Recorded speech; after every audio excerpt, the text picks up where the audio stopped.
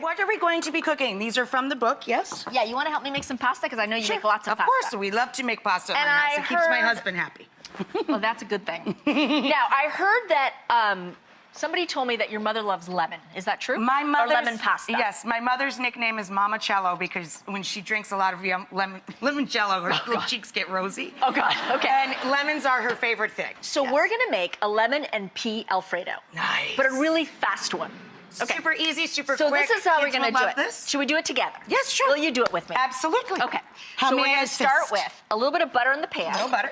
And I'm going to give you a little bit of, okay, yeah, perfect, yeah. Okay. Fine, perfect. Good. Then a little bit of, so we'll do the garlic. Okay. Now you can smash the garlic or you can chop the garlic. It kind of depends on how you like it. There, or you can do that. Go, Rachel, go.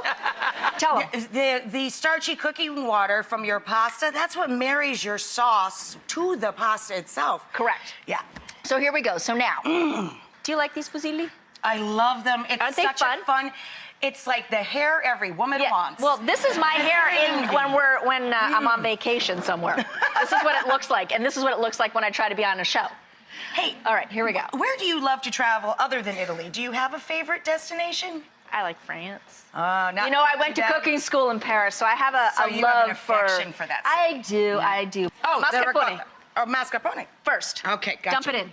Whole thing, baby? Whole thing. Get it in there. So the mascarpone creates this Alfredo creaminess, right? Okay, so, and now, cheese. Oh my God, Parmesan. family is going to love this. Now you can grate it, you can use that, whatever you want. Yeah, there you go. Go.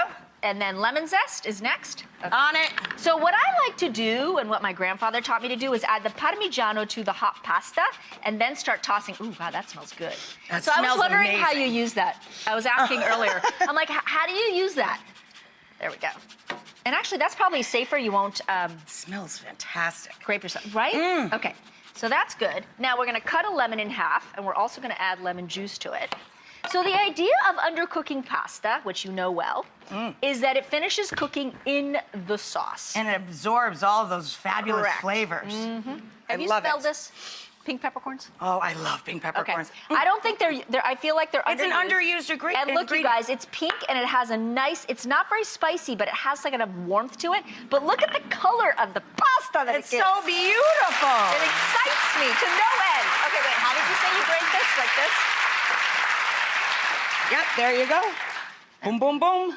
Oh, it's glorious. I add a lot of cheese, so if you don't eat cheese, this may not be your dish. But lots of cheese that sticks to the pasta. It sounds like most of them eat cheese. Yes.